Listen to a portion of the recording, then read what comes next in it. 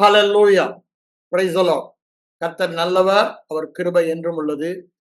மற்றும் ஒரு எபேசு நிருபத்தின் வேத பாட ஆராய்ச்சிக்கு அவளோடு வந்திருக்கிறவங்க ஒவ்வொருவரையும் உங்கள் இருதயத்தின் வாஞ்சைகளை நிரப்பி இந்த பிரகாசமுள்ள மனக்கண்கள் நாம் கேட்கிற வார்த்தையில் தேவன் தருவாராக என்று சொல்லி வாழ்த்தி உங்களை வரவேற்கிறேன். நாம் கடைசியாக பார்த்து கொண்டிருக்கிற வசனத்தை நான் வாசித்து நான் தொடர விரும்புகிறேன். பிரியமானவருக்குள் தாம் தந்தருளின தம்முடைய கிருபையின் மகிமைக்கு புகழ்ச்சியாக அவருடைய தயவுள்ள சித்தத்தின்படியே நம்மை இயேசு கிறிஸ்து மூலமாக சுவிகார புத்திரராக முன்குறித்திருக்கிறார். பாருங்க, சுவிகார புத்திரர் மிகவும் பிரியமானவனாக தயவு பெற்றவனாக கிறிஸ்துவுக்குள் வைத்த அதே பாக்கியத்தை, அதாவது கிறிஸ்து பிதாவுக்கு என்னவாக இருக்கிறாரோ அதே இடத்தில் அதே ஸ்தானத்தை நமக்கு இளைய குமாரராக தந்திருக்கிறார் என்று சொல்லிவிட்டு இதற்கான முக்கிய காரணம் என்ன என்பதை 7ஆம் வசனத்தில் நாம் சொல்வதை பார்க்கிறோம்.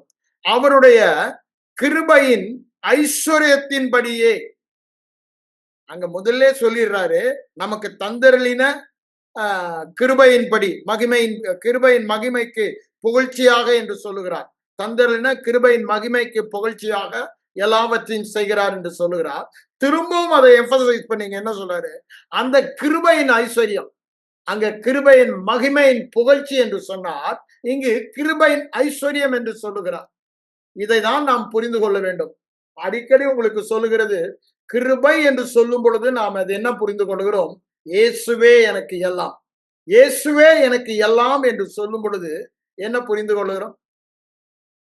நான் என்னென்ன செய்யணுமோ எனக்காக என் பட்சத்தில் ஒரு எல்லாவற்றையும் செய்து முடித்து அதன் மூலமாக என்னை தேவனோடு ஒப்புரவாக்கி சமாதானம் பண்ணி இப்பொழுது தேவனே எனக்குள் வந்து வாசம் பண்ணி அவரே வாழ்கிறார்.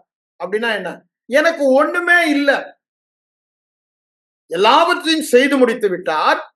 செய்து முடித்தவரே அதன் மூலமாக என்னை புது சிருஷ்டியாக்கி புது மனிதனாக்கி பழையவைகளெல்லாம் நீக்கி எல்லாவற்றையும் புதிதாக்கி தேவனோடு ஒப்புரவாக்கி சமாதானம் உள்ளவனாக்கி அதற்கு என்னென்ன செய்ய வேண்டுமோ அவ்வாறு ஒப்புரவாக்குவதற்கு எல்லாவற்றையும் சிலுவை செய்து ஆயத்தம் பண்ணி இப்பொழுது அவரே நம்மில் வந்து வாசம் பண்ணுகிறார். இதுதான் கிறிஸ்தவ வாழ்க்கையின் சாராம்சம். அததான் இங்க சொல்ல வருகிறார். அப்ப பாருங்க, அந்த கிருபைதான் கிறிஸ்தவ வாழ்வின் முழு சாராம்சமா இருக்கிறது. ஆனா இந்த கிருபை என்று சொல்லும் பொழுது நம்ம என்ன சொல்றோம்? Unmerited, undeserved, unearned favour. அப்படிதானே? தயவு, தகுதி இல்லாதவன் மேல் தேவன் பாராட்டுகிற தயவு. இதை ஒருவனும் தன்னுடைய கிரியையினால் சம்பாதிக்க முடியாது. அன்ஏர்ன்ட், அப்படிதானே? அப்புறம் இதற்கு நான் தகுதி அப்படின்னு யாருமே பெற முடியாது. ஏன்? ஒருவரும் தேவனுக்கு முன்பாக நீதிமான் இல்லை. ஆகவே ஒருவரும் தகுதி பெற முடியாது. தேவனிடத்திலே நீதி இல்லாம எந்த ஒரு காரியத்தையும் நாம் தகுதி பெற முடியாது. ஆகவே எந்த மனிதனும் தன் கிரியையினால் தேவனுக்கு முன்பாக நீதிமானாக இல்லை, வேதம் தெளிவாய் சொல்லுகிறது. ஆகவே இந்த சூழ்நிலையிலே தேவனே ஒரு திட்டத்தை பண்ணி அந்த திட்டத்தின்படி தம்முடைய குமாரனை அனுப்பி நமக்கு இந்த மாபெரும் பாக்கியத்தை தந்திருக்கிறார்.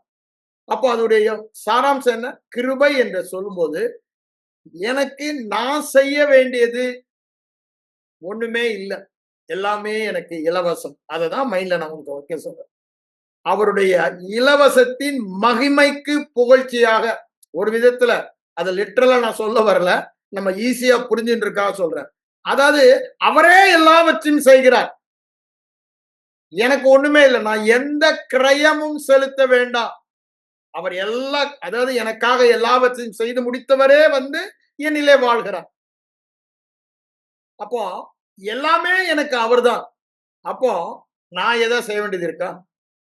Anything for that matter. அது ஃபைனான்ஸா இருக்கலாம், ஹோலினஸா இருக்கலாம், மற்றபடி அன்பு கூறுவது, விசுவாசிப்பது, தேவனுக்காக அற்புத அடையாளங்களோடு ஊழியர் செய்வது, எல்லாவற்றுக்குமே அந்த தகுதியை நமக்கு சிலுவை சம்பாதித்தவர் அவர். நாம் சம்பாதிக்கவே முடியாது.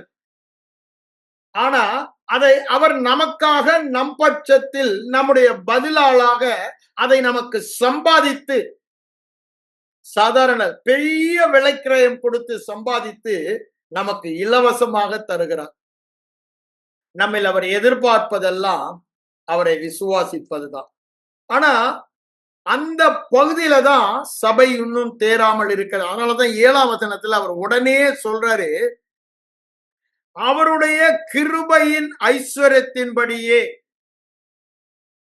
குமாரனுடைய இரத்தத்தினாலே பாவ மன்னிப்பாகிய மீட்பு நமக்கு உண்டாயிருக்கிறது. இங்க என்ன சொல்றார் பாருங்க, எல்லாவற்றுக்கும் காரணம் கிருபையின் ஐஸ்வர்யம் என்று சொல்லுகிறார். அப்படின்னா உச்சக்கட்டம் ஐஸ்வர்யம்னா அதோட எல்லையே இல்லை, அந்த எல்லைக்கு போயிடுச்சு அவர் நம்மேல் பாராட்டுகிற தயவு. அப்போ நமக்கு எல்லாமே இலவசம் என்று சொல்லும் பொழுது தேவன் எவ்வளவு தூரத்திற்கு நம்மேல் தயவு பாராட்டுகிறார்.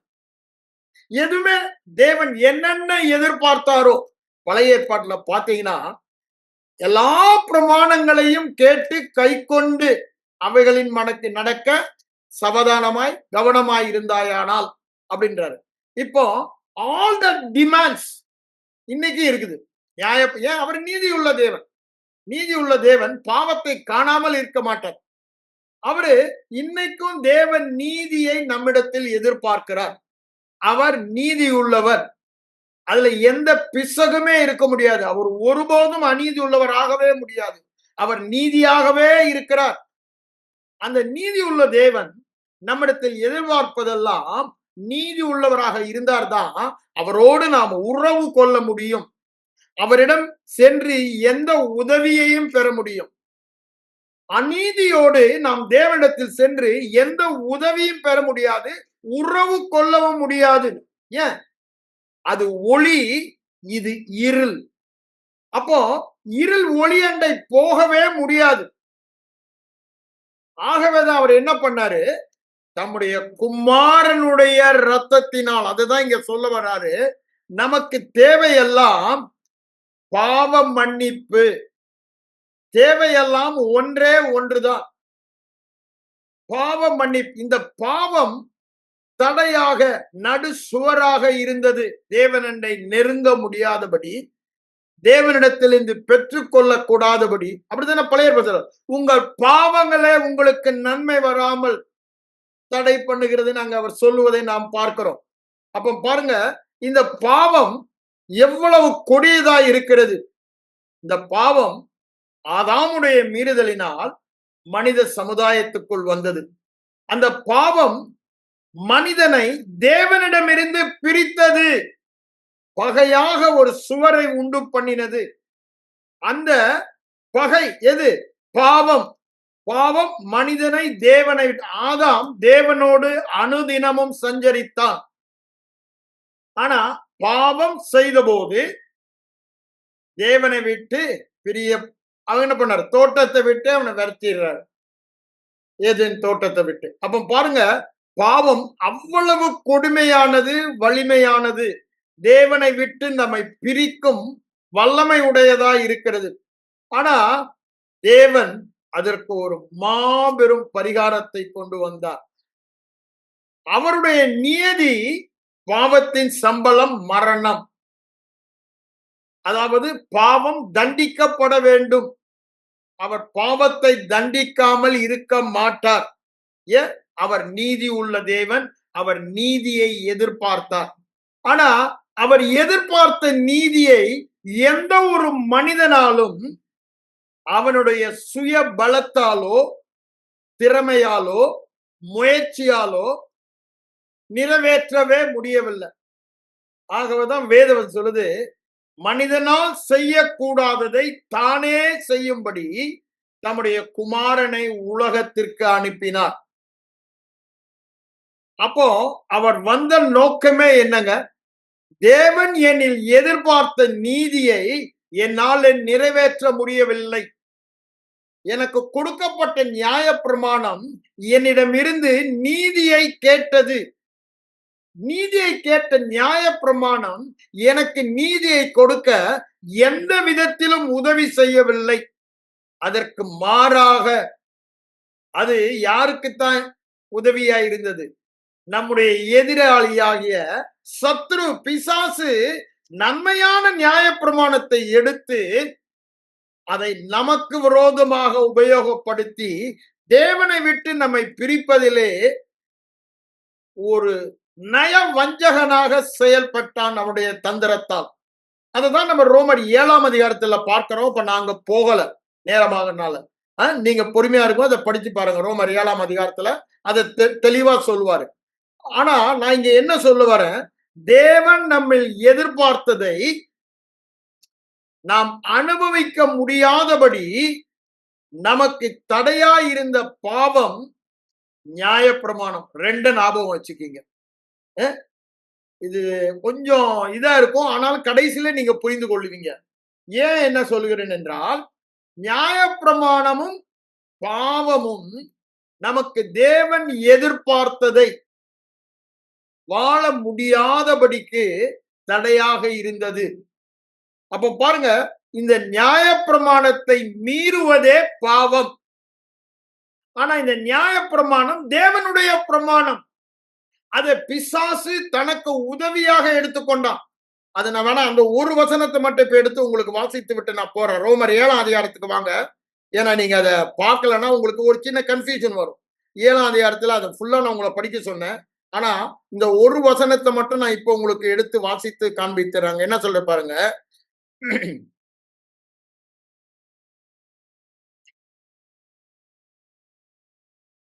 8ஆம் வசனம் பாருங்க. பாவமானது கற்பனையினாலே சமயம் பெற்று சகலவித இச்சைகளையும் என்னில் நடப்பித்தது. நியாயப்பிரமாணம் இல்லாவிட்டால் பாவம் செத்ததாயிருக்கும். பாவத்துக்கு உயிர் கொடுத்தது எது? நியாயப்பிரமாணம். அதான் சொல்றாரு. நியாயப்பிரமாணம் வந்தபடியா பாவம் உயிர் பெற்றது. பாவம் உயிர் பெற்றது யாரு? பிசாசு குற்ற உணர்வை கொடுக்க அவனுக்கு ஒரு நல்ல ஆயுதமாகிவிட்டது. எப்படி ஆயுதமாச்சு? நியாயப்பிரமாணத்தை காண்பித்து இது நீ நிறைவேற்றவில்லை, நீ பாவி என்ற குற்ற உணர்வையும் ஆக்கினை, உனக்கு தண்டனை உண்டு. நியாயப்பிரமாணத்தை எடுத்து அவன் சொல்லி நம்மை ஆளுகை செய்ய ஆரம்பித்தான். அதுதான் இங்க என்ன சொல்றாரு அடுத்ததுல, முன்னே நியாயப்பிரமாணம் இல்லாதவனாய் இருந்தபோது நான் ஜீவன் உள்ளவனாய் இருந்தேன். கற்பனை வந்தபோது பாவம் உயிர் கொண்டது, நான் மரித்தவனானே. பாருங்க, நியாயப்பிரமாணம் வந்தபடினால நான் மரித்த. பாவம் எப்படி? பிசாசு நய வஞ்சகன் அதை எடுத்து எனக்கு குற்ற உணர்வை கொடுத்து என்னுடைய இயலாமையை, பாவம் செய்வதை என்னால் முடியவில்லை, பாவம் செய்யாமல் இருக்க முடியவில்லை, பரிசுத்தமாய் வாழ முடியவில்லை என்ற இயலாமையை அவன் திரும்ப திரும்ப திரும்ப சுட்டி காட்டி பாவ உணர்வை நமக்கு தந்து ஆக்கினை தீர்ப்பு உனக்கு உண்டு என்ற பயத்தையும் கலக்கத்தையும் கொடுத்து அவன் ஆண்டு கொண்டு வந்தான். அதுதான் இங்க சொல்றது. அடுத்த வசனம் பாருங்க. பாவமானது கற்பனையினாலே சமயம் பெற்று, திரும்பி சொல்றாரு, இட் கேவ் அக்கேஷன் டு சின். என்னை வஞ்சித்து அதனாலே என்னை கொன்றது. அதனாலதான் என்ன சொல்றாரு, உயிர் உள்ளவனா இருந்தேன், பாவத்திலே மரித்தவனானேன். அதை சொல்லிட்டு என்ன சொல்றாரு பாருங்க. நியாயப்பிரமாணம் பரிசுத்தம் உள்ளதுதான், கற்பனையும் பரிசுத்தமாயும் நீதியாயும் நன்மையுமாயும் இருக்கிறது. அதுல ஒரு மிஸ்டேக்குமே கிடையாது. ஏன்? அது தேவனுடைய சுபாவத்தை காண்பிக்கிறது. தேவன் எனில் எதை எதிர்பார்க்கிறார்? நீதி உள்ள தேவன் எதிர்பார்ப்பதை நீதியின் பிரமாணம் காண்பிக்கிறது. அதை சொல்லிட்டு என்ன சொல்ற பாருங்க. இப்படி இருக்க, இதுதான் உங்களுக்கு நான் எம்பசைஸ் பண்ண விரும்பினேன். நன்மையானது எனக்கு மரணமாயிற்று. நன்மையான நியாய பிரமாணம் முந்தின வருஷம் சொல்றாரு, அது நீதியானது, அது நன்மையானது, அது தேவனுடைய நீதி, தேவனுடைய சுபாவம். ஆனா அதுவே எனக்கு மரணமாயிற்று. நியாயப்பிரமாணமா அப்படின்னு ஒரு கேள்வியை போட்டுட்டு அப்படி அல்ல. பாவமே எனக்கு மரணம் ஆயிற்று. ஆனா இந்த பாவம் உயிர் கொண்டது இந்த நியாய பிரமாணத்தினால். ஆகவே பாவம் கற்பனையினாலே மிகுந்த பாவம் உள்ளதாகும்படி, மோர் சின், மோர் சின்னர் ஆகும்படி அது என்ன பண்ணா, எனக்கு மரணத்தை உண்டாக்கினதினாலே, எதனால? நன்மையான நியாய பிரமாணத்தை கொண்டு பாவமாகவே விளங்கும்படி. நான் எப்பொழுதுமே பாவிதான், ஒரு காலம் நான் நீதிமான் ஆகவே முடியாது. அப்படின்னா எனக்கு என்ன? விமோச்சனமே இல்லை, எனக்கு ஃபியூச்சரே இல்லை. அந்த ஒரு மோசமான சூழ்நிலைக்கு தள்ளிட்டு என்று அதை சொல்றாரு. இத அங்க 15:57 1 கொரிந்தியர்லயும் சொல்லுவாரு. நான் ஏன் இதை சொல்ல வரேன்? இந்த 2 காரியங்கள் நமக்கு விரோதமா இருந்ததுல எல்லாருமே பாவத்தை ஏற்றுக்கொள்வீங்க, நியாயப்பிரமாணத்தை அதனாலதான் அதை கொஞ்சம் நான் எம்பசைஸ் பண்ணி அதை எடுத்து இப்ப காண்பித்தேன். இப்ப வாங்க நம்ம எபேசியருக்கு வாங்க. அவர் என்ன சொல்றாரு 7ஆம் வசனத்துல? அவருடைய கிருபையின் ஐஸ்வர்யத்தின்படி இயேசு கிறிஸ்து, அதாவது குமாரனுடைய இரத்தத்தினாலே பாவம் மன்னிப்பாகிய மீட்பு. பாருங்க, இங்க ஒரு வார்த்தை யூஸ் பண்ணுகிறாரு, மீட்பு. அப்படின்னு என்ன? நாம் எங்கோ அடிமையாக இருக்கிறோம். எங்க அடிமையா இருக்கிறோம்? பாவத்தின் கீழே, அந்த பிசாசின் அதிபதியின் கீழே அடிமையா இருக்கிறோம். நாம் பாவம் செய்கிற வரை பாவத்திற்கு அடிமை, பிசாசுக்கு அடிமை. யோவான் 8ஆம் அதிகாரத்திலே ஆண்டவர் சொல்றாரு அது. அப்ப பாருங்க, அப்படி அடிமையா இருக்கிறோம். அததான் அங்க அவங்களுக்கு சொல்றாரு 8ஆம் அதிகாரத்துல யோவான்ல. அப்ப பாருங்க, பாவத்திற்கு அடிமையா இருந்த நம்மை மீட்டு, அதான் சொல்றாரு, மீட்டு. அந்த மீட்பு இயேசு கிறிஸ்துவுக்குள்ளாக அவருடைய இரத்தத்தினாலே நமக்கு உண்டாயிருக்கிறது. அதுலதான் பிரதானமாய் அவர் இங்க என்ன சொல்லுகிறார்? பாவம் மன்னிப்பு. பாவத்திலிருந்து நாம் மீட்கப்பட்டோம் என்பதை அவர் சொல்லுகிறார். அப்போ பாவத்திலிருந்து மீட்கப்பட்டால்தான், அப்படின்னு என்ன, பாவம் முழுவதுமாய் நீக்கப்பட்டால்தான் தேவனண்டை நெருங்க முடியும். அது வரைக்கும் நம்ம தூரமாய் இருந்தோம், மரித்து போயிருந்தோம். இப்போ திரும்பவும் நாம் உயிர் பெற வேண்டுமானால் இந்த பாவம் நீக்கப்பட வேண்டும். வியாதியில மரிக்கிறானா, அந்த வியாதிக்கு காரணம் நீக்கப்பட வேண்டும். அடுத்தது அவனுக்கு உயிர் கொடுக்க வேண்டும். வெறும் உயிரை மட்டும் கொடுத்துட்டா திரும்பவும் மரித்து போவான். அந்த காரணம் அங்க இருக்கு. அதுதான் தேவன் நன்றாக அவருடைய அனந்த ஞானத்தின்படி பாவத்தையும் நீக்கி, பாவத்திற்கு உயிர் கொடுத்த நியாய பிரமாணத்தையும் நீக்கி என்ன பண்ணாரு? அவருடைய ஜீவனையே நமக்கு, எப்படி அவருடைய ஜீவன் நமக்கு கொடுக்க முடியும்? நான் அசுத்த மனிதன், அவர் ஜீவனை கொடுக்கிறான்னா அவரே என்னோட என்னுடைய ஜீவன் ஆகிறார். அது எப்படி முடியும்? நான் இருளு, நான் மரணம், நான் அசுத்தம், எல்லாம் ஆப்போசிட், முடியாது. ஆனா எல்லாவற்றுக்கும் பிரதானமான தேவை, முதலாவது தேவை என்ன? பாவம் நீக்கப்பட வேண்டும். அந்த பாவம் நீக்கப்படுவதை தான் இங்க சொல்லுகிறாரு. எப்படி நம்மை மீட்டு கொண்டு தேவனோடு ஒப்புரவாக்கி சமாதானம் பண்ணி நம்மை புது சிருஷ்டியாக்கி அவரோடு இணைத்து, அவருக்குரியதெல்லாம் நமக்குரியது, அவர்தான் நான், நான் தான் அவர் என்ற ஒரு இடத்திற்கே நம்மை கொண்டு வந்து விட்டார். இதுதான் கிருபையின் மகிமையின் புகழ்ச்சி. அதுதான் அங்க 2:7 சொல்றாரு, எபேசியர் 2:7. இங்க என்ன சொல்றாரு? கிருபையின் ஐஸ்வர்யம் என்ன என்று சொல்லும் பொழுது பாவம் மன்னிப்பை சொல்லுகிறார். இது தேவ கிருபையின் ஐஸ்வர்யம், அவருடைய இலவசத்தின் ஐஸ்வர்யம். அவர் பாவத்தை காணாத சுத்த கண்ணர். பாவம் அவருக்கு முற்றிலும் விரோதமானது. பாவத்தை தண்டியாமல் விடார். அவருக்கு மாபெரும் அருவருப்பு, எதிரி எல்லாமே பாவம். ஆனா மனிதன் அதிலிருந்து மீள முடியவில்லை. அவருடைய அளவற்ற அன்பினாலே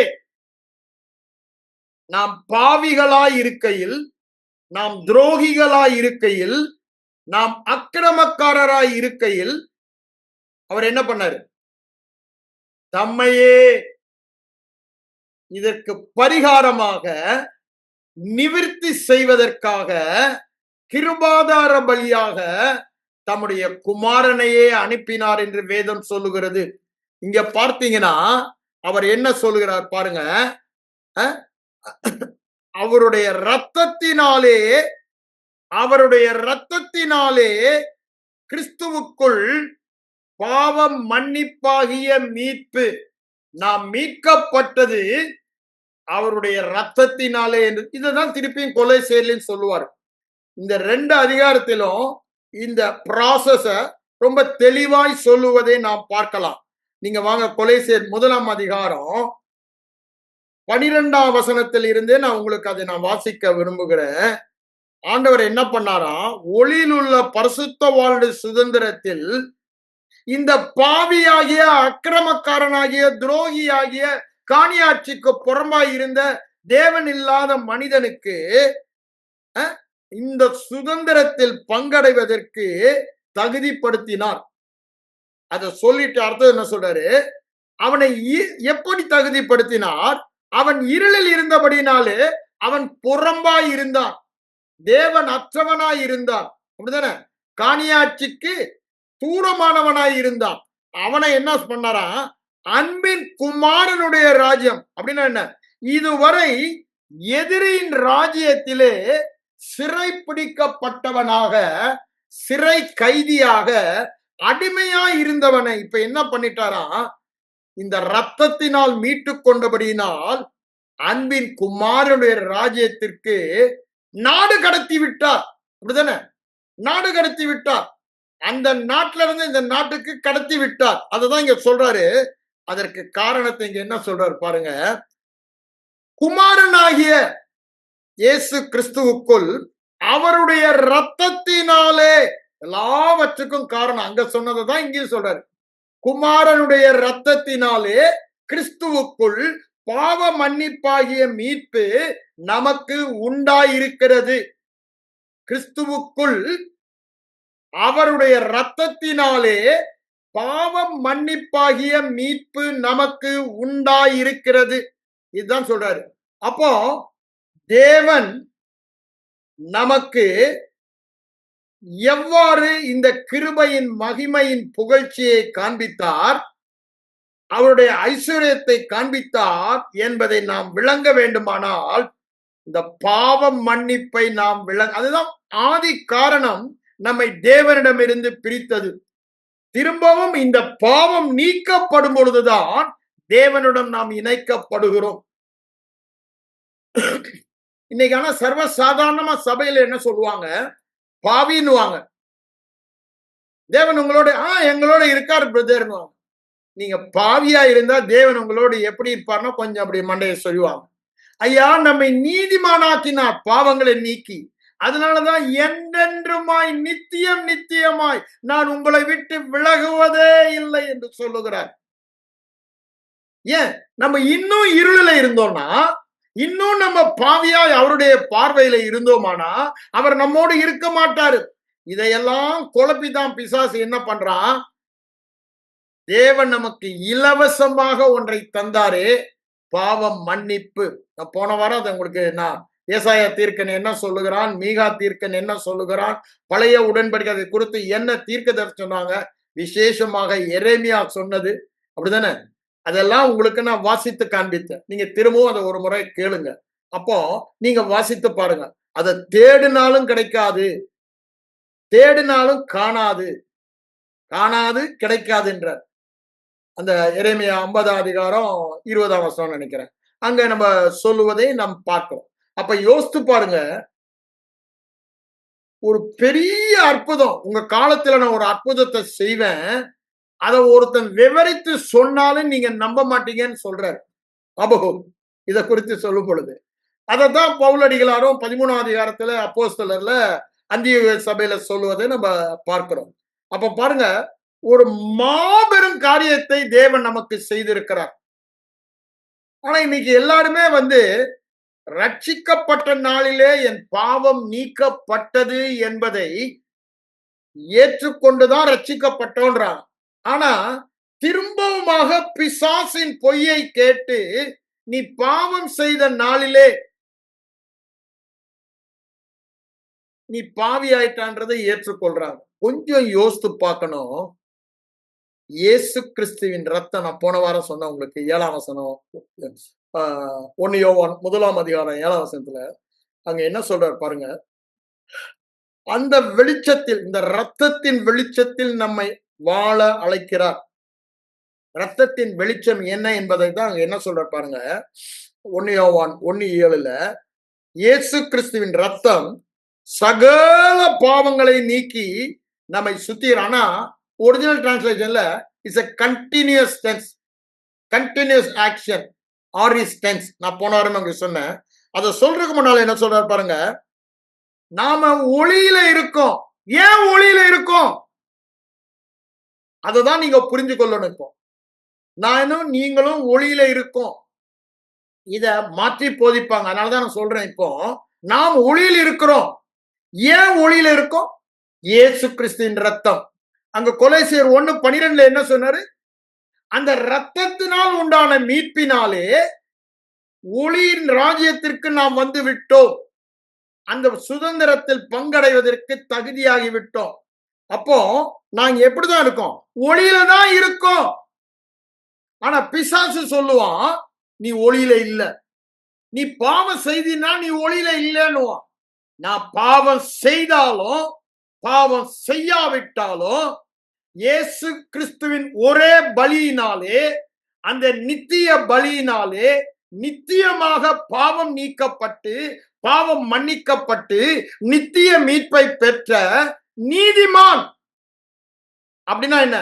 அதுதான் வெளிச்சம். அந்த வெளிச்சத்தில் நான் இருக்கிறேன். அந்த வெளிச்சத்தில் இருப்பதை நான் செய்யாத காரியம் தடை செய்ய முடியாது.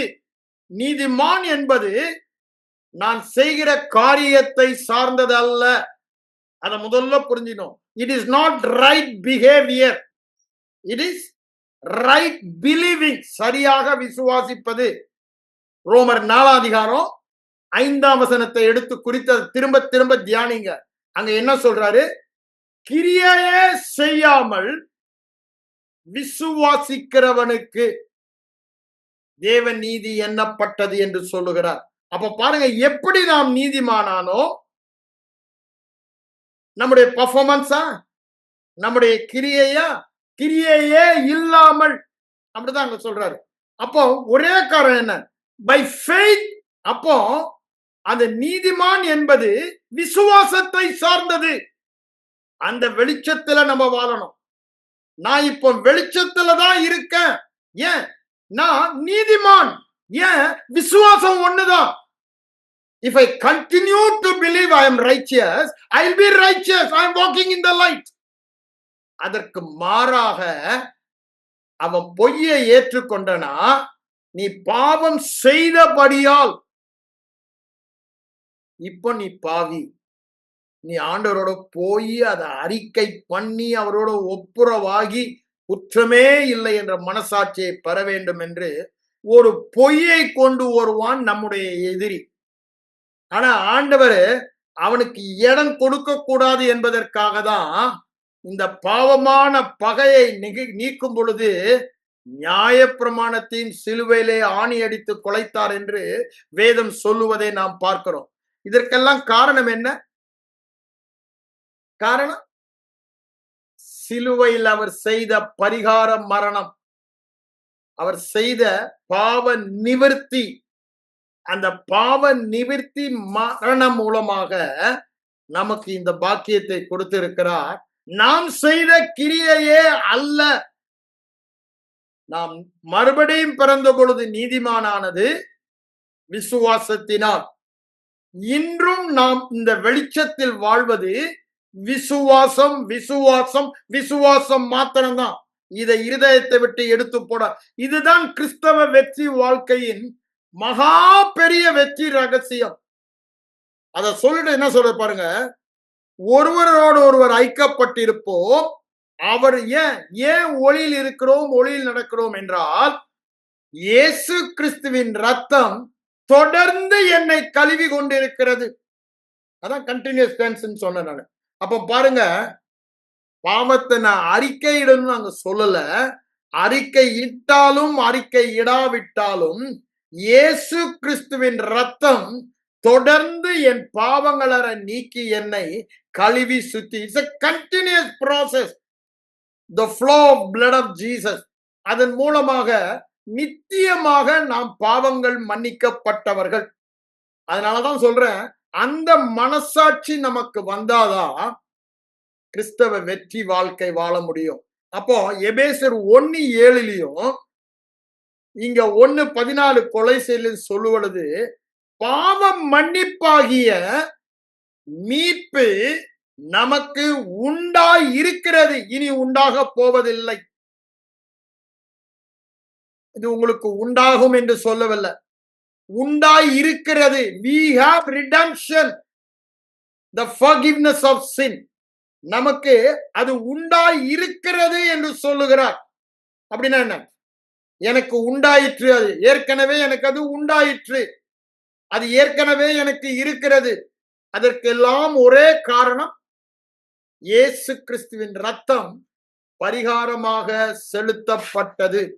அந்த பரிகாரமாக செலுத்தப்பட்டபடியால் பாவமே இல்லாத, ஒரு குற்றமே இல்லாத, ஆக்கினை தீர்ப்பே இல்லாத ஒரு மனசாட்சியை நமக்கு கொடுத்திருக்கிறார்.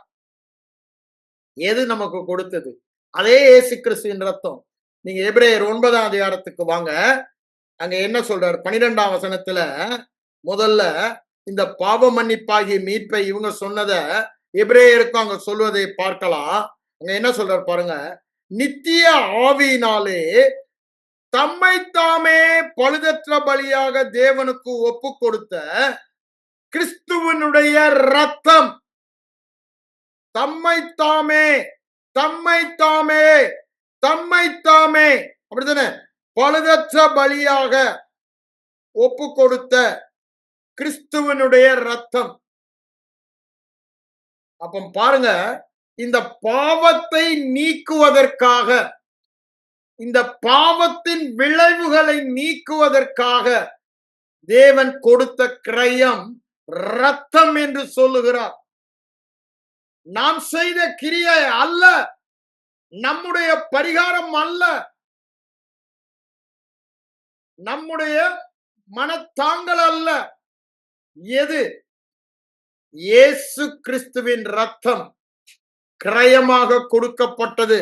அதுதான் இங்க சொல்றாரு, ஒப்பு கொடுத்த இயேசு கிறிஸ்துவனுடைய ரத்தம் என்ன பண்ணிச்சான்?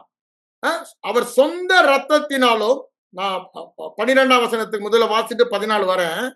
வெள்ளாட்டுக்கடா, இளங்காலை இவளுடைய ரத்தத்தினால் அல்ல, தம்முடைய சொந்த ரத்தத்தினாலும் ஒரே தரம், மகா நல்லா புரிந்து கொள்ளும், திரும்ப திரும்ப இல்ல, ஒரே தரம். எபிரேய நிருபத்துல திரும்ப திரும்ப வரும்.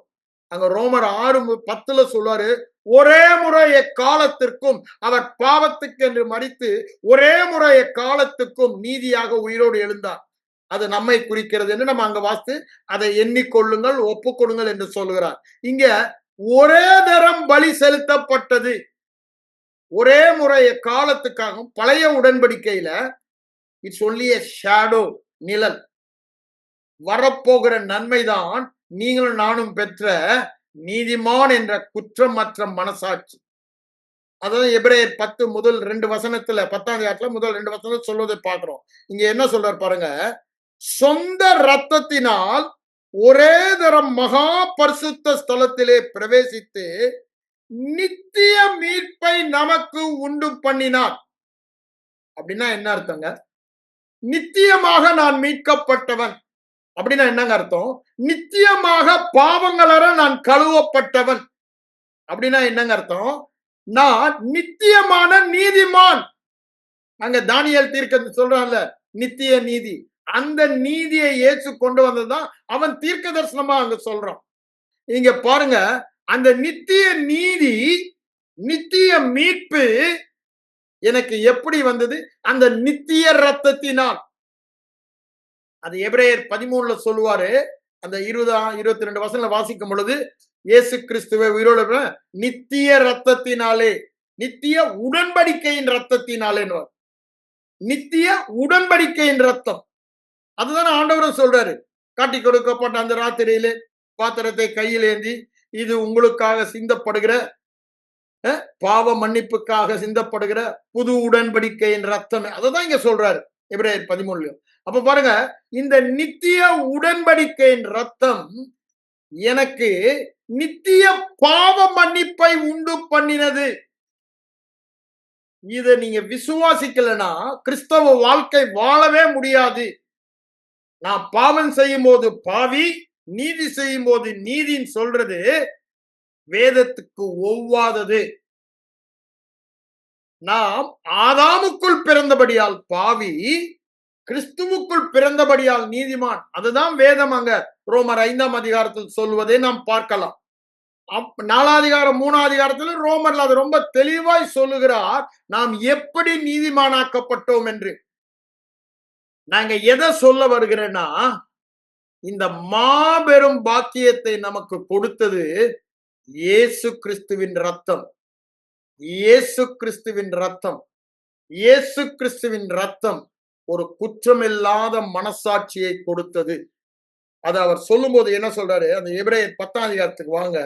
12ல இதை சொல்லிட்டு தான் 14ல அதே ரத்தம் நமக்கு குற்றமில்லாத மனசாட்சியை தரும் என்று சொல்லுகிறார்.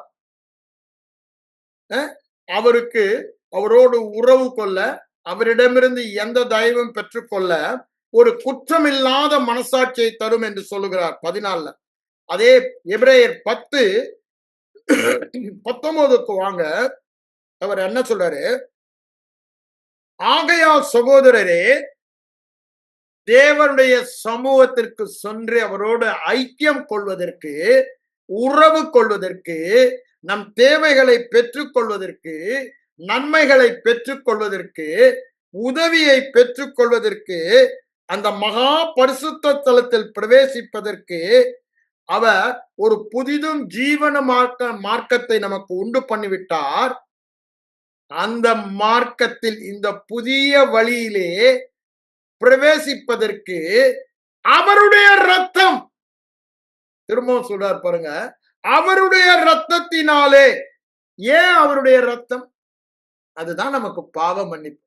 பகையா இருந்த பாவத்தை நீக்கின ரத்தம். அந்த ரத்தத்தினாலே எனக்கு பாவமே இல்லை என்ற தைரியம். எந்த தைரியம்?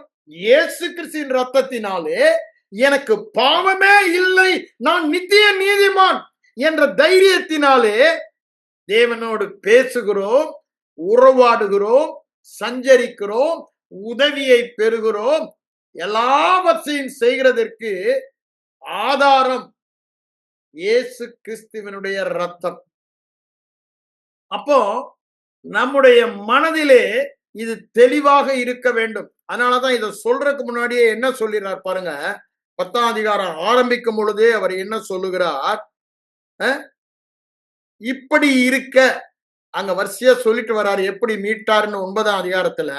ரத்தத்தினால, ரத்தம் சிந்துதல் இல்லாமல் பாவ மன்னிப்பு இல்லை, எல்லாவற்றுக்கும் ரத்தமே காரணம் அங்க 10:22 சொல்றாரு. அப்படிதானே? நான் வேணா அதை எடுத்து வாசிடுறேன். 10:22 பாருங்க. நியாய பிரமாணத்தின்படி கொஞ்சம் குறைய எல்லாமே ரத்தத்தினாலே சுத்திகரிக்கப்படும்.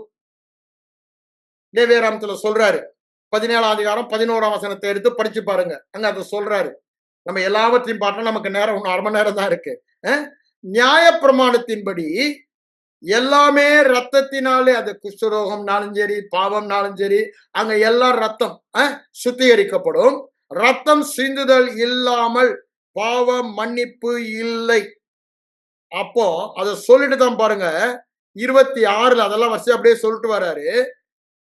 அவர் தம்மை தாமே பலியிடுகிறதினால் பாவங்களை நீக்கும் பொருட்டாக அவருடைய ரத்தத்தினாலே ஒரு தரம் வெளிப்பட்டார். 28 பாருங்க என்ன சொல்றாரு, அவர் பாவங்களை சுமந்து தீர்க்கும்படிக்கு நீக்கி போடும்படிக்கு முழுவதுமாய் அதற்கு ஒரு புல் ஸ்டாப் வைக்கும்படி என்ன பண்ணாராம், ஒரே தரம் பலியிடப்பட்டு நமக்காக திரும்ப வருவான்னு சொல்லிட்டு, இப்படி இருக்க எப்படி இருக்க, இயேசு கிறிஸ்துவின் ரத்தம் சகல பாவங்களையும் என்னை நீக்கி சுத்திகரித்து நீதிமானாக்கப்பட்டு இருக்கிறபடியால், அவர் சரீரம் ஒரு தரம் பலியிடப்பட்டபடியால் என்றென்றுமாய் என்னை பரிசுத்தமாக்கி என்னை நீதிமானாக்கி என்னை பரிபூரணப்படுத்தி விட்டது. அங்க எபிரேயர் 10, 12, 14 நம்ம அதை வாசிக்கிறோம். அதை இங்க என்ன சொல்றாரு, இப்போ அவர் இப்படி இருக்கிறபடியால் என்ன சொல்ல வராரு, திரும்பவும் நியாயப்பிரமாணத்துக்கு போகாதீங்கன்னு சொல்றாரு. அந்த நியாயப்பிரமாணமானது வரப்போகிற நன்மையின் நிழல் மாத்திரம்ன்றார். நியாயப்பிரமாணம் சொல்லுவதெல்லாம் ஆடு மாடுகளின் பலி, அது ஒரு நிழல். ஆனா மெய்யானது இப்பொழுது வந்து விட்டது. நிழலாட்டமாக நியாயப்பிரமாணம் இருந்தது. அங்க அவன் பலி செலுத்துவான், அந்த அனிமல் மேல இருந்து அதனுடைய பர்ஃபெக்ஷன் இவனுக்கு வரும், இவனுடைய இம்பர்ஃபெக்ஷன் அந்த அனிமல் மேல போகும். That is for 1 year. அததான் இங்க சொல்றாரு. அப்போ அவர் என்ன சொல்றாரு பாருங்க, இந்த நியாயப்பிரமாணத்தினால அது ஒரு நிழல் மாத்திரம் என்று சொல்லிட்டு அவர் என்ன சொல்றாரு, ஒரு காலம் நியாயப்பிரமாணம் ஒரு காலம் நம்ம என்ன மனசாட்சியை பாவம் இல்லை என்று பூரணப்படுத்த முடியாது. நன்றாக இதை நாம் புரிந்து கொள்ள வேண்டும். வேறு விதத்தில் நான் சொல்றேன், உங்களுடைய என்னுடைய கிரியையினாலே ஒரு காலம் குற்றமே இல்லை என்ற மனசாட்சியை பெற முடியாது. அந்த மனசாட்சி இல்லைன்னா தேவன் என்னை நெருங்க முடியாது, தேவன் விரும்புகிற வாழ்க்கை வாழ முடியாது, அவர் நமக்குள்ளே வந்து எல்லாவற்றையும் செய்ய முடிய. இந்த மனசாட்சி, குற்றமுள்ள மனசாட்சி விசுவாசமாகிய கப்பலை சேதப்படுத்தும். அததான் அங்க என்ன சொல்றாரு பாருங்க, ஆண்டவிடத்துல தைரியம் கொள்ளணும்னா இந்த குற்றம் இல்லாத நமக்கு பாவம் இல்லை என்ற மனசாட்சி வேணும். நீங்க 1 யோவான் 3ஆம் அதிகாரம் 20, 21 வசனங்களை எடுத்தோம்னா அங்க அவர் அதை சொல்லுவதை நாம் பார்க்கலாம். நம்முடைய இருதயமே நம்மை குற்றவாளிகள் என்று தீர்க்குமானால், எப்பொழுது இருதயம் நம்மை குற்றவாளிகள் என்று தீர்க்கும்? நியாயப்பிரமாணத்துக்கு கீழே போயிட்டீங்கன்னா அது குற்றவாளி என்றுதான் தீர்க்கும். ஏன்? உங்களால முடியாது. ஆனா இந்த புதிய பிரமாணம் புதிதும் ஜீவனுமான வெளிக்கில வந்துட்டீங்கன்னா, இயேசு கிறிஸ்துவின் ரத்தம் சகல பாவங்களையும் past, present, future, lifetime sins நீக்கி நம்மை சுத்திகரித்துக் கொண்டே இருக்கிறது. அததான் இங்க அவர் சொல்றாரு பாருங்க. 20ஆம் வசனம் திரும்ப வாங்க. நம்முடைய இருதயம் நம்மை குற்றமில்லை என்று தீர்க்க வேண்டுமானால் ஏது வேணும்? நீதிமான் என்ற விசுவாசம் வேண்டும். அததான் அவர் சொல்றாரு. அப்போ பெரியவராயிருந்து சகலத்தையும் அறிந்து இருக்கிறார். நம்முடைய இருதயமே 21 பாருங்க, குற்றவாளிகள் என்று தீர்க்காது இருந்தால் தேவனிடத்தில் தைரியம். எப்பொழுது தேவனிடத்தில் தைரியம் கொள்ள முடியும்? நான் 10:19 வாசித்தேன். எபிரேயர் 10:19 அப்படிதானே? 19, 20 கரெக்ட். 20ஆம் வசனம். எப்பொழுது? இயேசு கிறிஸ்துவின் ரத்தத்தினால் வருகிற நீதியினால் பலிக்கிற பலியாக. எங்க சொல்றாரு? ரோமர் 3ஆம் அதிகாரம் 25, 26 எடுத்து வாசித்து பாருங்க. அவருடைய ரத்தத்தை பற்றும் பலிக்கிற பலியாக, நீதிமானாகிற பலியாக, அவரையே கிருபாதார பலியாக நான் பெர்மனண்டா நீதிமான், பாவமே இல்லை என்ற இடத்திற்கு வருவதற்கு, அந்த மனசாட்சியை பெறுவதற்கு அவர் கிருபாதார பலியாக ஒப்புக் கொடுக்கப்பட்டார் என்று ரோமர் 3:25-26 வசனங்களில் சொல்லுவதை பார்க்கலாம். இங்க அததான் சொல்றாரு. அப்போ அந்த தைரியம் நமக்கு வந்தது இந்த ரத்தம். அததான் எபிரேயர் 10:20 தைரியமாக அந்த புதிதும் ஜீவனமான மார்க்கம். அப்ப இன்னைக்கு அததான் இங்க சொல்ல வருகிறார். 3:21 அவர் சொல்லுவது அதைதான் என்று நாம் பார்க்கிறோம். தீர்க்காது இருந்தால் தேவனத்து தைரியம் கொன்று நம்ம என்ன கேட்டாலும், எதை கேட்டாலும், அப்ப விசுவாசத்துல சந்தேகமே இல்லை. ஒரு வெற்றி உள்ள விசுவாச வாழ்க்கை வாழ வேண்டுமானால் இததான் சொல்றாரு. குற்றமே இல்லை என்ற மனசாட்சி நியாயப்பிரமாணத்தினால வராது, கிருபை. அததான் சொல்றாரு 6:14 ரோமர்ல, நீங்க கிருபைக்கு கீழ்பட்டு இருக்கிறபடியால் பாவமோ வியாதியோ சாபமோ பிசாசின் கிரியையோ மேற்கொள்ள முடியாது. ஏன்? என் விசுவாசம் நான் நீதிமான், சுகமானவன். என் விசுவாசம் ஆசிலேட் ஆகாது, ஒரு நேரம் உயர்ந்தும் கீழையும் மேலையும் போகாது. ஏன்? நான் நித்திய நீதிமான். அந்த குற்ற உணர்வே இல்லாத இருதயத்திற்கு நாம் ஒவ்வொருவரும் வர வேண்டும். அதுதான் புதிய உடன்படிக்கையின் சாராம்சமே. அதனாலதான் இங்க என்ன சொல்றாரு, திரும்பி இங்க வாங்க, எபிரேயர் 10 பழைய பிரமாணம் ஒருவருக்கும் ஒரு காலம் இந்த குற்றமே இல்லை என்ற ஒரு பூரணத்தை தராது, ஒரு காலம் பூரணப்படுத்த மாட்டாது அப்படின்னு சொல்லிட்டு அடுத்தது, ஒருவேளை பூரணப்படுத்துமானால் அவங்க வருஷா வருஷம் பலி செலுத்த வேண்டிய தேவை இருந்திருக்காது. பூரணப்படுத்தாதனாலதான் வருஷா வருஷம் டே ஆஃப் அன்னோன்மெண்ட் அண்ட் நாள்தோறும் பிரதான ஆசாரியன் பாவத்திற்கான பரிகாரம் செலுத்தி கொண்டிருப்பதை நாம் வாசிக்கிறோம். அதுதான் சொல்றாரு, இன்னும் பாவங்கள் உண்டு என்று உணர்த்தும் மனசாட்சி அவர்களுக்கு இல்லாதிருப்பதினால் தொடர்ந்து பலி செலுத்துகிறார்கள். ஆனால் நமக்கு ஒரே தரம், ஒரே முறை, எக்காலத்துக்கும் ஒரே பலியினாலே நித்தியமாக மீட்டு, பாவத்திலிருந்து மீட்டு, ஆக்கினை தீர்ப்பிலிருந்து மீட்டு, நீதிமானாக பாவங்களற கழுவின ரத்தம் நமக்கு தந்த மனசாட்சி பாவமே இல்லை, நித்திய நீதிமான் என்ற மனசாட்சி. அததான் இங்க என்ன சொல்றாரு, பழைய உடன்படிக்கையினால முடியாதுன்னு முதல் 2 வருஷத்துல சொல்லிட்டாரு.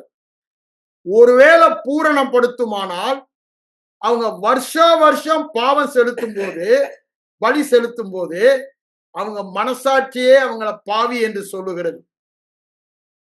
அத சொல்லிட்டு என்ன சொல்றாரு, அது நிறுத்தப்படவில்லை. அப்படி பாவங்கள் உண்டென்று அவர்கள் வருஷந்தோறும் நினைவு கூறுகிறார்கள். அப்போ பழைய உடன்படிக்கையில இன்னைக்கு அதே தான் நான் சொல்றேன், இந்த பாவத்தை கட்டாயம் அறிக்கை பண்ணணும்னு சொல்றாங்களே, அதுக்கு அதுதான் சொல்ல வரேன். நீங்க அதை அறிக்கை பண்ண என்ன நினைவு கூறுதல் வருகிறது? பாவம் உண்டு என்று ஒவ்வொரு நாளும் போய் ஆண்டவரே எதை நினைவு கூறுறீங்க? பாவம் உண்டு என்பதை நினைவு கூறுறீங்க. ஆனா ஆண்டவர் எதை நினைவு கூற சொல்லுகிறார்? சிலுவையில் அவர் செய்த பரிகாரத்தை நினைவு கூற சொல்லுகிறார். அதையே அன்றி வேறொன்றையும் நான் அறியாமல் நினையாமல் இருக்க தீர்மானித்தேன் என்று சொல்லுகிறார் பவுலடிகளார். எங்க சொல்லுகிறாரு? 1 கொரிந்தியர் 2ஆம் அதிகாரம் 2ஆம் வசனத்துல சொல்றாரு, சிலுவையில் அறையப்பட்ட கிறிஸ்துவின் சுவிசேஷத்தையே அன்றி. ஏன்? அதுதானே எனக்கு குற்றம் இல்லை என்ற மனசாட்சியை கொடுத்தது. அதையே நான் பார்த்தேன். அதேதான் கலாத்தியர் 3:1 சொல்றாரு, புத்தி இல்லாத கலாத்தியரே, எவன்டா உங்களுக்கு சூனியம் பண்ணா? who has bewitched you? ஆங்கிலத்துல சொல்றாரு, உங்களை மயக்கினவன் யார்? எவன் உங்களுக்கு சூனியம் வச்சு அப்படியே மயங்கிட்டீங்க? நீங்கெல்லாம் பாவம் செஞ்சா பாவி, நீதி செஞ்சாதான் நீதிமான்றது எவன்டா சொல்லி உங்களை மயக்கனா? யாரா உங்களுக்கு சூனியம் வச்சான்? அப்படின்னே கேட்கிறாரு. உங்கள் கண்களுக்கு முன்பாக பிரத்யட்சமாக சிலுவையில் பாவத்தை சுமந்தவராக, பாவத்தை நீக்கினவராக, உங்கள் மீட்பின் பொருளாக, பாவத்தின் பரிகாரமாக, நிவர்த்தியாக தன்னை ஒப்பு கொடுத்தது உங்களுக்கு வெளியாக்கப்பட்டு நீங்க ரட்சிக்கப்பட்டீங்களே, இவ்வளவு சீக்கிரமாய். அப்படிதானே முதல் அதிகாரம் ஆரம்பிக்கும் சொல்றாரு. இவ்வளவு சீக்கிரமாய் கிருபையினால் உங்களை அழைத்த தேவனை விட்டு நீங்க பிரிந்து போயிட்டீங்களாடா. ரொம்ப ஆக்ரோஷமா அந்த கலாத்திய நிருபத்தை அவர் சொல்லுவதை நம்ம பார்க்கணும். யோசித்து பாருங்க, இன்னைக்கு சபையில அதுதான் நடந்து கொண்டு இருக்கு. இன்னைக்கு பவுல் இருந்தா என்ன பண்ணுவாரு யோசித்து பாருங்க. சாட்டை எடுத்திருப்பாரு இந்த பிரசங்கிகளுக்கெல்லாம். அங்க அவ்வளவு ஆக்ரோஷமா சொல்றாரு, சபிக்கப்பட்டவன் அவன் உங்களுக்கு சூனியம் வைக்கிறான், உங்களை மயக்குகிறான், இது தேவனால் உண்டான உபதேசம் அல்ல அப்படிலாம் சொல்றாரு. இது உங்களை தேவனை கிறிஸ்துவை விட்டு பிரிய பண்ணும். அவர் நமக்கு இலவசமாய் கொடுத்த இலவசத்திலிருந்து உங்களை கீழே விழ பண்ணும் அப்படின்னு ரொம்ப கலாத்தியில ஆணியா தரமா சொல்றாரு. இங்க வாங்க எபிரேயர் 10க்கு இதை சொல்லிட்டு என்ன சொல்றாரு பாருங்க. காளை வெள்ளாட்டுக்கடா இவளுடைய ரத்தங்கள் பாவங்களை நிவிர்த்தி, அது ஒன்லி நிழல். நிழல் என்ன செய்யும், உண்மையானது என்ன செய்யும் என்பதை நினைத்து பார்க்க சொல்லதான், நிவிர்த்தி செய்ய மாட்டாதே. ஆகவேதான் இயேசுவானவர் உலகத்தில் பிரவேசிக்கும் போது பலியையும் காணிக்கையும், அது என்ன, நியாயப்பிரமாணத்துல பாவத்திற்கு பரிகாரமாக காணிக்கை பலி சொல்லப்பட்டது. அதை நீர் விரும்பவில்லை. ஃபர்ஸ்ட் பாயிண்ட், தேவன் அதை விரும்பவில்லை. ஆனால் எனக்கு ஒரு சரீரத்தை அதற்கு பதிலாக தேவன் விரும்பினது, தேவகுமாரனுடைய சரீரம் ரத்தம் செலுத்தப்பட வேண்டும், ஆயத்தம் பண்ணினீர். சர்வாங்க தகன பலிகளும் பாவ நிவாரண பலிகளும் உமக்கு பிரியமானதல்ல. ரெண்டு காரியம் சொல்றாரு, பிரியமில்ல, விருப்பம் இல்ல. எது? நியாயப்பிரமாணத்தில் கொடுக்கப்பட்ட பாவ நிவர்த்திக்கான காரியங்கள், அது உமக்கு பிரியமில்லை என்றார். அப்பொழுது நான், தேவனே உம்முடைய சித்தத்தின்படி செய்ய இதோ வருகிறேன்.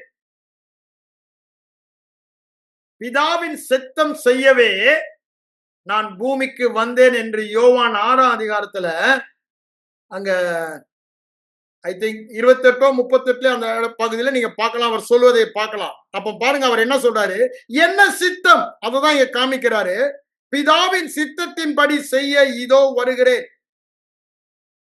வேத புத்தக சுருளில் என்னை குறித்து இயேசுவானவர் மானிடனாய் வந்த தேவகுமாரன் மனித குமாரனை குறித்து எழுதி இருக்கிறது என்று சொன்னார். அது என்னது? தேவ சித்தம் செய்ய அவர் உலகத்திற்கு வந்தார் என்று பழைய உடன்படிக்கையில் எழுதி இருப்பதை அவர் சொல்லுகிறார். அதை சொல்லிட்டு தான் என்ன சொல்றார் பாருங்க, எழுதி இருக்கிறது என்று சொன்னேன் என்றார். நியாய பிரமாணத்தின்படி திரும்பவும் ரீட்ரேட் பண்றாரு. அங்க என்ன சொல்றாரு, 4ஆம் வசனம் அதையே இப்ப திரும்ப சொல்றாரு. நியாய பிரமாணத்தின்படி நிழலாட்டமான செலுத்தப்பட்டு வருகிற காளை வெள்ளாட்டுக்கடாவுடைய பலிகளை என்ன பண்ணுமா, பாவ நிவாரணத்தை வெளிச்சம் வந்துருச்சு. நியாய பிரமாணத்தின்படி செலுத்தப்பட்டு வருகிற பலிகளை குறித்து இவ்வாறு சொல்லுகிறார். என்ன சொல்லுகிறார்? விருப்பம் இல்லை, தேவனுக்கு பிரியம் இல்லை. அதை சொல்லிட்டு பலியையும் காணிக்கையும் சர்வாங்க தகன பலிகளையும் நீர் விரும்பவில்லை, அதுக்கு பிரியமானதல்ல. இது முதல் பாயிண்ட். அதை சொல்லிட்டு 2வது பாயிண்ட் அவர் என்ன சொன்னான்றத அதை வெளிவா சொல்றாரு. தேவனே உம்முடைய சித்தத்தின்படி செய்ய எனக்கு ஒரு சரீரத்தை ஆயத்தம் படுத்தினாரு. தேவ சித்தத்தை செய்ய, உம்முடைய சித்தத்தை செய்ய இதோ வருகிறேன் என்று இயேசுவானவர் சொன்னார். 2வது நிலை எது? 2வது, முதலாவது என்ன சொன்னார்? அது பிரியமில்லை, அது விருப்பம் இல்லை. எது? நியாய பிரமாணத்தின் பலி, நியாய பிரமாணம். இப்போ 2வது என்ன சொன்னாரு? என்னுடைய சரீரத்தை பலியிட உம்முடைய சித்தத்தின்படி செய்ய இதோ வருகிறேன் என்று சொன்னார். இந்த இரண்டாவதை நிலைநிறுத்துவதற்கு முதலாவதை நிலைநிறுத்தி போட்டார், முதலாவதை நீக்கி போடுகிறார். அப்ப பாருங்க, நியாய பிரமாணத்தை நீக்கி போடுகிறார், நியாய பிரமாணத்தை நீக்கி போடுகிறார், இரண்டாவதை நிலைநிறுத்துகிறார். இயேசு கிறிஸ்துவனுடைய சரீரம் ஒரே தரம் பலியிடப்பட்டதினாலே, ஐயா காளை வெள்ளாட்டுக்கடா பலி அல்ல, உங்களுடைய அறிக்கை அல்ல, உங்களுடைய பாவ தப்பு தண்டா செய்யாம வாழ்கிற காரியம் அல்ல, அந்த சித்தத்தின்படி. எந்த சித்தம்? இயேசு தேவ சித்தத்துக்கு தன்னை ஒப்பு கொடுத்தார். இயேசு தேவ சித்தத்துக்கு பாவத்தின் பரிகாரமாக, பாவத்தை போக்கும் பலியாக, உலகத்தின் பாவத்தை சுமந்து தீர்க்கும் தேவ ஆட்டுக்குட்டியாக அந்த சித்தத்தை செய்தபடினால், பலியிடப்பட்டபடினால், அந்த சித்தத்தின்படி பரிசுத்தமாக்கப்பட்டு இருக்கிறோம். நல்லா புரிஞ்சுக்கங்க, பரிசுத்தமாக்க. அப்போ இயேசு கிறிஸ்துவின் இரத்தத்தினாலேதான் பாவங்களற கழுவப்பட்டு நாம் பரிசுத்தமாக்கப்படுகிறோம். தேவனுடைய பார்வையில், மனிதனுடைய பார்வையை விட்டுருங்க. அன்றியும் எந்த ஆசாரியனும் நாடோறும் ஆராதனை செய்கிறவனாயும் பாவங்களை ஒரு காலம், திரும்ப சொல்றாரு பாருங்க, பாவங்களை ஒரு காலம் நிவர்த்தி செய்யக்கூடாத ஒரே விதமான பலிகளை அநேக நேரம் 4ஆம் வசனத்திலையும் சொல்றாரு, 8ஆம் வசனத்திலையும் சொல்றாரு, திருப்பி இங்கேயும் சொல்றாரு. ஒரு காலம் நிவர்த்தி செய்யக்கூடாது, எல்லா காலத்துக்கும் நிவர்த்தி செய்யக்கூடிய புதிய வழி இயேசு கிறிஸ்துவின் ரத்தம். அதை சொல்லிட்டு 12ல சொல்றாரு பாருங்க, நம்முடைய பிரதான ஆசாரியரோ பாவங்களுக்காக ஒரே பலியை செலுத்தி, எபிரேயர் 9:12 வாஸ்தவம் அப்படிதானே? அதை மனசுல வைத்து இதை படிங்க. ஒரே பலியை செலுத்தி என்றென்றைக்கும் தேவனுடைய வலது பாரசத்திலே என்ன பண்ணாரா? தம்முடைய ரத்தத்தை எடுத்துக்கொண்டு வானங்களின் வழியாய் போன பிரதான ஆசாரியர் மகா பரிசுத்தலத்திலே பிரவேசித்து நமக்கு நித்திய மீட்பை உண்டு பண்ணி அவருடைய வலது பாரசத்திலே உட்கார்ந்து விட்டார். பழைய உடன்படிக்கையில உட்கார முடியுமா? அவன் தொடர்ந்து சாவர வரைக்கும் செய்யறான். அவன் பிரதான ஆசாரியனா இருக்க வரைக்கும் அந்த பலிகளை செலுத்தி கொண்டே இருப்பான். ஆனா இவர் ஒரே பலி, எக்காலத்துக்கும் பலிக்கிற பலி. ஆகவே வேலை முற்றிலுமாய் முடிந்தது, எ பர்ஃபெக்ட் ஒர்க் என்பதை காண்பிப்பது. அதை சொல்லிட்டு இப்ப காத்து கொண்டிருக்கிறார். 14 வாங்க.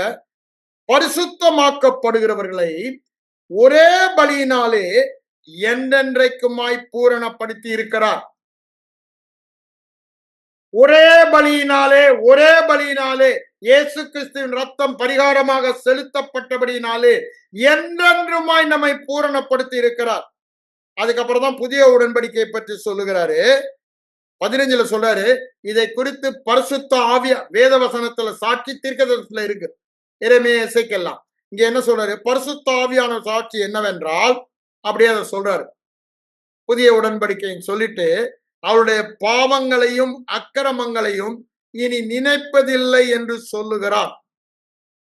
அவளுடைய பாவங்களையும் அவளுடைய அக்கிரமங்களையும் இனி நினைப்பதில்லை என்று சொல்லுகிறார். 18ல சொல்றாரு, இவைகள் மன்னிக்கப்பட்டது உண்டானால். அதுதான் நமக்கு இன்னை பார்த்து கேட்கிறாரு சந்தசிங்.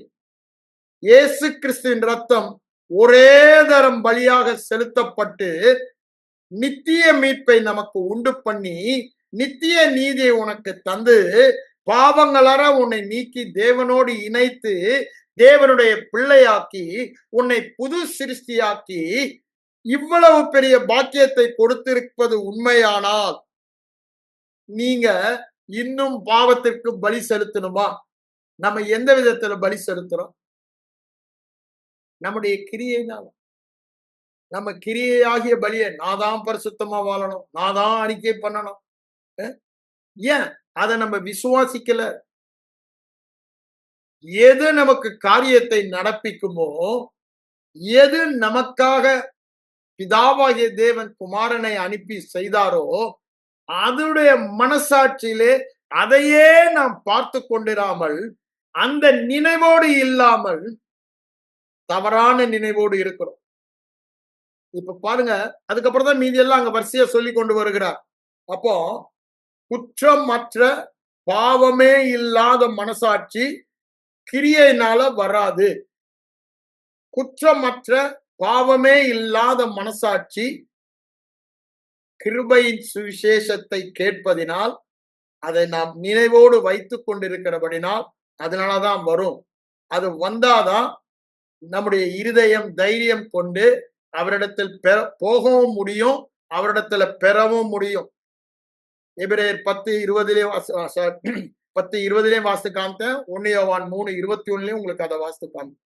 அப்போ பாருங்க, நம்முடைய கிறிஸ்தவ வெற்றி வாழ்க்கையின் சாராம்சம் எதுலதான் இருக்கு? இந்த குற்றமே இல்லை என்ற மனசாட்சியில தான் இருக்கு. ஆனா நியாயப்பிரமாணம் இருக்கு அப்படின்னு அது கீழே போகிற வரைக்கும் அது குற்றம் உள்ள மனசாட்சியை தான் கொடுக்கும். நம்ம வாசிப்போம். நீங்க ரோமர் 7வது எடுத்து கொஞ்சம் நல்லா படிச்சு பாருங்க. அது 8 வரும் பொழுதுதான் ஆக்கனை தீர்ப்பில்லையின் வெற்றியின் ரகசியம் சொல்றாரு. தோல்வியின் மனப்பான்மையில் நியாயப்பிரமாண மனப்பான்மையில் தோல்வி. ஐயோ, இந்த பாவ சரீரத்தில் இருந்து யார் என்னை விடுதலையாக்குவான்? 7:25 சொல்றாரு. அதுக்கு காரணம் என்ன? நியாயப்பிரமாணம் மனநிலை. இங்க 8ஆம் அதிகாரம் ரோமரு வெற்றி. நான் ஏற்கனவே உங்களுக்கு பைபிள் ஸ்டடி எடுத்தனால நான் டீட்டெயிலா அங்க போல. வெற்றியின் கூக்குரல், அப்படிதானே? ஆக்கினை தீர்ப்பு இல்லை, எங்களை ஜெயங்கொள்ளுகிற, அதாவது அன்பு கூறுகிறாளே முற்றும் ஜெயங்கொள்ளுகிற அப்படி நாங்க எல்லாமே, எனக்கு விரோதமாய் இருப்பவன் யார்? ஆக்கினைக்கு, அது எல்லாம் வெற்றியின் கூக்குரல். இங்க தோல்வியின் கூக்குரல் 7ஆம் அதிகாரத்துல. ஏன்? நியாயப்பிரமாணத்தை. ஏன் இதை நான் சொல்ல வரேன்? நம்ம நியாயப்பிரமாணம் சொல்லும் பொழுது நான் எதை சொல்றேன்? நம்முடைய கிரியைகள், அததான் நான் சொல்ல வரேன். கிரியை சார்ந்து வாழ்கிற வரைக்கும் குற்றம் இல்லை என்ற மனசாட்சி இருக்காது. இயேசு கிறிஸ்துவின் பரிகார மரணம், கிருபையின் மகிமையின் புகழ்ச்சி, கிருபையின் ஐஸ்வர்யம், அதை நாம் சார்ந்து வாழும் பொழுதுதான் இருக்கும். அதனாலதான் அவர் என்ன செஞ்சார்ன்றத நான் ஏற்கனவே உங்களுக்கு சொன்னேன்னு நினைக்கிறேன். திரும்பவும் அதை ஞாபகப்படுத்துறேன். எபேசியர் 2ஆம் அதிகாரத்துக்கு வாங்க. அங்க நீங்க பாத்தீங்கன்னா 12ல இருந்தே அது ஆரம்பிக்கும். எபேசியர் 2ஆம் அதிகாரத்துல முன்னால அக்காலத்துல நம்ம எப்படி இருந்தோன்றாரு. இப்ப படிக்க நேரம் இல்லை, நீங்க படித்துக் கொள்ளுங்க. முன்னே தூரமா இருந்தீங்க எல்லாம் சொல்லிட்டு 13ல என்ன சொல்ல பாரு. இப்பொழுது கிறிஸ்து இயேசுவுக்குள் கிறிஸ்துவின் இரத்தத்தினால், கிறிஸ்துவின் இரத்தத்தினால், கிறிஸ்துவின் இரத்தத்தினால் சமீபமானீர்கள். எப்படி கிறிஸ்துவின் இரத்தத்தினால்? அப்புறம் அதை தான் சொல்ல வராரு. எப்படி எனில், அவரே நமக்கு இந்த தேவனோடு ஒப்புரவாக்கி சமாதானம் உண்டாக்கும் காரணராகி பகையாய் நின்ற நடுசுவரை தகர்த்து, அடுத்த வசனம் அதுதான் சொல்ல வந்தேன், சட்ட திட்டங்களாகிய நியாய பிரமாணத்தை நம்முடைய மாம்ச மரணத்தினாலே ஒழித்து என்ன பண்ணாரு? நம்மை புதிய மனுஷனாக்கினார். அவ்வளவும் அந்த ரத்தம் சிந்தப்பட்ட பரிகாரத்தினால் நமக்கு கிடைத்த பாக்கியம் என்று அவசியா சொல்றாரு. பகையை சிலுவையிலே கொன்று. அப்ப பாருங்க, இது நீங்க நல்லா புரிந்து கொள்ள வேண்டும். நியாயப்பிரமாணம் பாவத்திற்கு ஜீவன் கொடுத்தது, நான் மரித்தவனானேன். அதுதான் இங்க என்ன சொல்றாரு? அதை என்ன பண்ணாரா? தம்முடைய மாம்சம் மரணத்தினாலே ஒழித்து. இது அங்க கொலேசியருக்கு வாங்க. கொலேசியர் 2ஆம் அதிகாரத்துல 20ஆம் வசனத்துல நான் வாசிக்கிறேன். அவர் சிலுவையில் சிந்தின ரத்தத்தினால், முன்னாடியே சொல்லிடுறாரு 12:13 இந்த மீட்பெல்லாம் அது எப்படின்றதுக்கு ரத்தம் தான் அத்தாட்சின்றது சொல்லிடுறாரு 14. அதுக்கப்புறம் புது சிருஷ்டியின் முதற் பலன் அவர்லாம் சொல்லிட்டு இங்க 20ஆம் வசனம் வரும்போது என்ன சொல்றாரு பாருங்க. அவர் சிலுவையில் சிந்தின ரத்தத்தினாலே, சிலுவையில் சிந்தின ரத்தத்தினாலே சமாதானம் உண்டாக்கி. அங்கே என்ன சொன்னாரு? எபேசியர் 2:15 அததான் சொல்றாரு. சிலுவை சிந்திய ரத்தத்தினாலே சமாதானம் உண்டாக்கி, அங்க சமாதான காரணராகி பூலோகத்தில் உள்ளவைகள் பரலோகத்தில் உள்ளவைகள் யாவையும் அவர் மூலமாக தமக்கு ஒப்புரவாக்கி கொள்ள. பாருங்க, தேவனுக்கு ராசி ஆயிட்டோன்றார். ஒப்புரவாக்கின அப்படின்னா விரோதமாய் இருந்தோம், பாவத்தினால கோபாக்கினையின் பிள்ளைகளாய் இருந்தோம். இப்போ ஒப்புரவாக்கப்பட்டோம் என்று சொல்லுகிறார். எப்படி? அவருடைய ரத்தத்தினாலே ஒப்புரவாக்கப்பட்டோம். முன்னே இங்க திருப்பி சொல்றாரு, முன்னாடி எப்படி இருந்தீங்க? அந்நியரா இருந்தீங்க, பாவத்தினால மனதிலே சத்துருக்களாய் இருந்தீங்க. ஆனா இப்போ எப்படி மாத்திட்டாரு? பரிசுத்தவான்கள், குற்றமே இல்லாதவர்கள். கொஞ்சம் அண்டர்லைன் பண்ணி படிங்க. பரிசுத்தவான்கள், குற்றமே இல்லாதவர்கள், தண்டிக்கப்படாதவர்கள். அப்படித்தானே? தண்டனையும் இல்ல, ஆக்கனை தீர்ப்பும் இல்லாதவர்கள். எப்படி இது நடத்தினாரா? அவருடைய மாம்ச சரீரத்தில் அடைந்த மரணத்தினாலே, அந்த இரத்தத்தினாலே இப்பொழுது நம்மை ஒப்புரவாக்கினார். அந்த ஒப்புரவாக்குதலை தான் சொல்றாரு. இதுதான் சுவிசேஷம் சொல்லுகிறது. சுவிசேஷம் என்ன சொல்லுகிறது? இயேசு கிறிஸ்துவின் இரத்தத்தினாலே பாவம் மன்னிப்பாகிய நித்திய மீட்பு, நித்திய நீதி எனக்கு உண்டாயிருக்கிறது. இப்போ எனக்கு என்னதான்? குற்றமே இல்லை என்ற மனசாட்சி, தேவனோடு நான் உறவு இணைந்து காணப்படுகிற ஒரு பாக்கியம். முன்னே தூரமாயிருந்தேன், இப்போ அவரோடு ஒன்றாயிட்டேன். வானத்திலும், அதாவது பரலோகத்தில் இருக்கிறவங்களும் இந்த ஒரு பலியினாலதான். அது தாவீதா இருந்தாலும், மோசேவா இருந்தாலும், ஆபிரகாமா இருந்தாலும், எல்லாமே இந்த பலியினால அவரோடு இணைக்கப்பட்டது. சொல்லிட்டு ஒரே குடும்பம் ஆயிட்டோன்றாரு.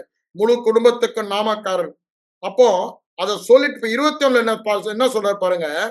முன்னே அந்நியராயும் துர்க்கிரையினால் சத்துருக்களாய் இருந்த நீங்க குற்றமற்றவர்களாக பரிசுத்தம் உள்ளவர்களாக கண் நிறுத்தும்படியாக அவர் மாம்ச சடத்தில் அடைந்த மரணத்தினாலே ஒப்புரவாக்கினார். இதுதான் சுவிசேஷம், ஒப்புரவாக்குதலின் சுவிசேஷம். இததான் நம்ம சொல்றாரு. இததான் சபையில பிரசங்கிக்க சொல்றாரு. இததான் சபையில போதிக்க சொல்றாரு. நீங்கள் கேட்ட இந்த சுவிசேஷம், ஒப்புரவாக்குதல், சமாதானத்தின் சுவிசேஷம், கிருபையின் சுவிசேஷம், இலவசத்தின் சுவிசேஷத்தில் உண்டாகும் விசுவாசத்தை விட்டு அசையாமல் ஸ்திரமாய் உறுதியாய் விசுவாசத்தில் நிலைத்தீர்ப்பவர்களாக அப்படியே நீங்கள் வாழ்வீர்கள். அப்படியாகணும், பரிசுத்தமாக, தண்டனை இல்லாதவர்களாக, குற்றம் உள்ள மனசாட்சி. ஐயா அதற்கு தான் சொல்றாரு, இதனால் உண்டாகும் விசுவாசம் எப்போ? நம்பிக்கை. தொடர்ந்து அதை கேட்டுக்கொண்டிருக்க சொல்லுகிறார்.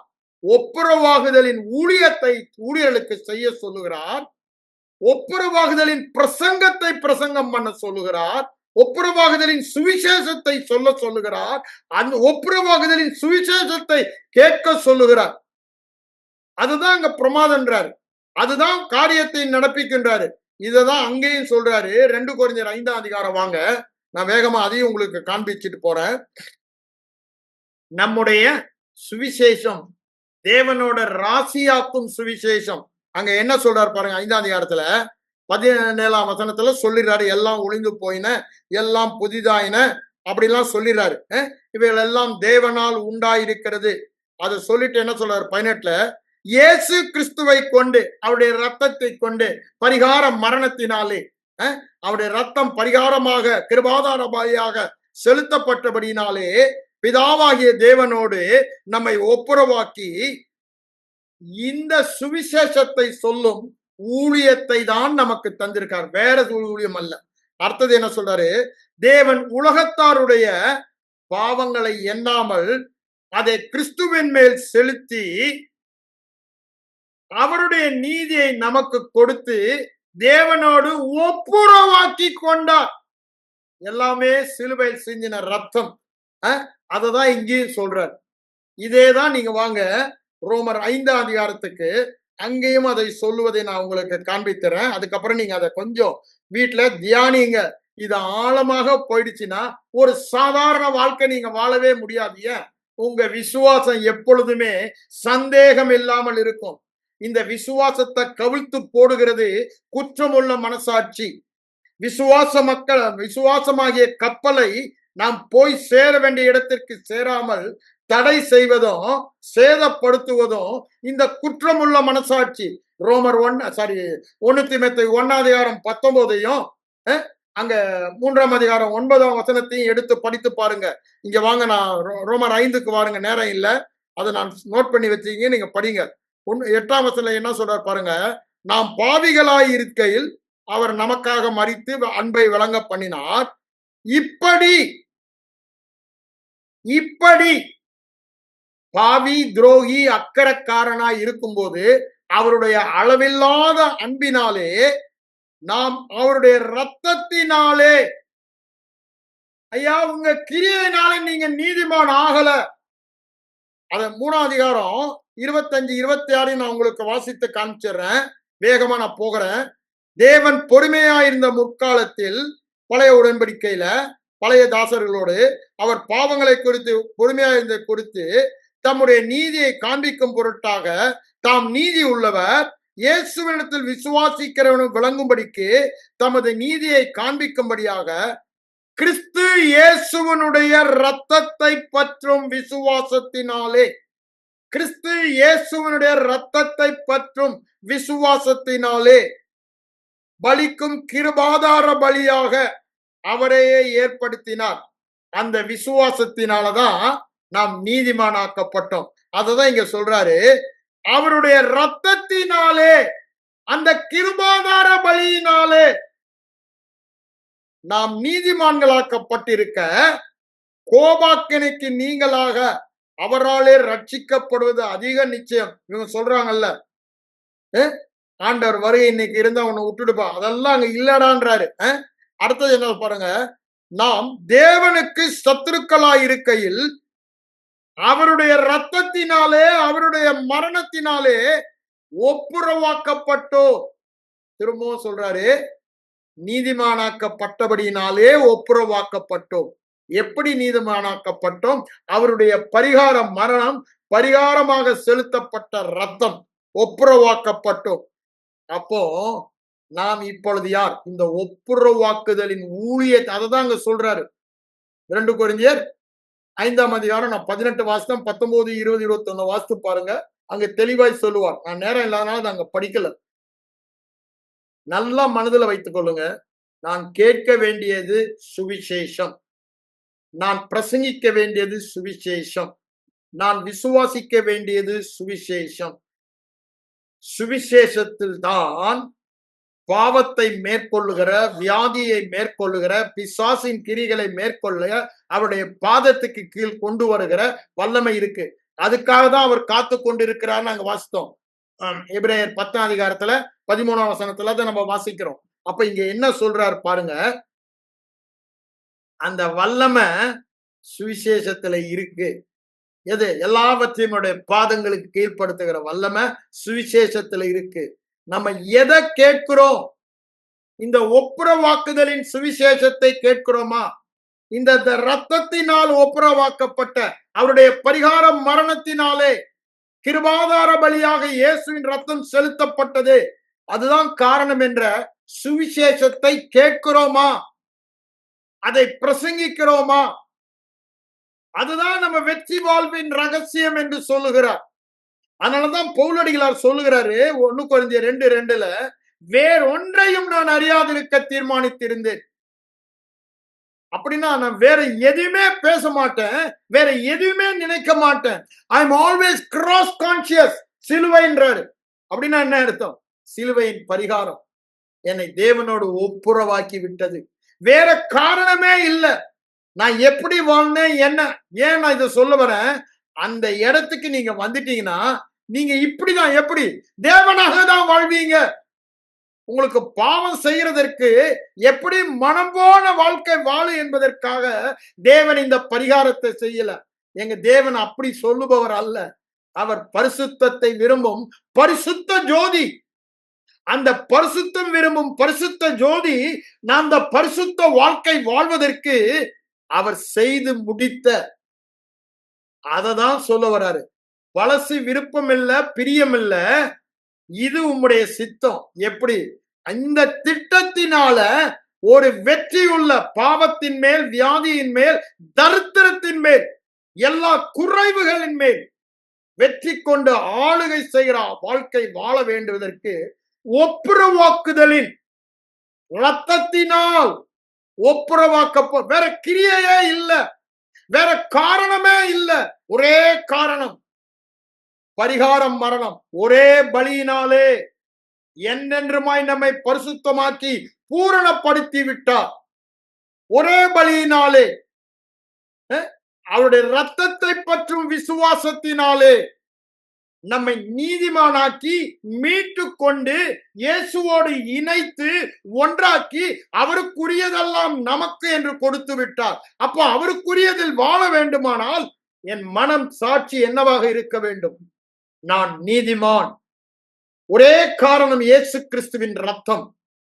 திரும்ப திரும்ப சொல்றாரு. 1:7 வாசித்தேன், எபேசியர்ல 2:14 வாசித்தேன், அங்க எபிரேயர் 9:12 வாசித்தேன், எபிரேயர் 9:14 த்ரூஅவுட் அதை சொல்லி கொண்டு வரதை பார்க்கலாம். ஒரே பலியினாலே, ஒரே பலியினாலே, ரத்தத்தினாலே, ரத்தத்தினாலே என்று திரும்ப திரும்ப சொல்வதை பார்க்கலாம்.